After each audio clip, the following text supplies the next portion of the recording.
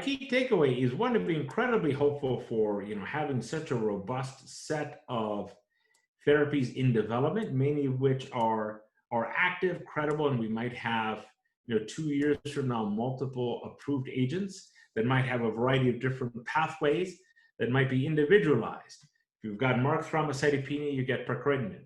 If you're transfusion dependent, maybe you get momelotinib up front, maybe you get rux and luspatercept, or fedratinib and luspatercept. Maybe if you've got a certain high-risk situation, you start with a JAK inhibitor and the BET inhibitor from Constellation Pharmaceuticals. Maybe you get treated with rux for 3 months and you have a suboptimal response. You then also end up getting venetoclax. I think it will become, much more nuanced, much more individualized. And I think that the period of time you're on a therapy before an evaluation, I think, will change.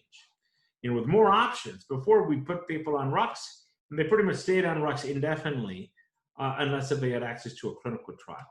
I think increasingly we will have much more concrete markers. If you don't achieve X response at 3 months or 6 months, try one of the other therapies.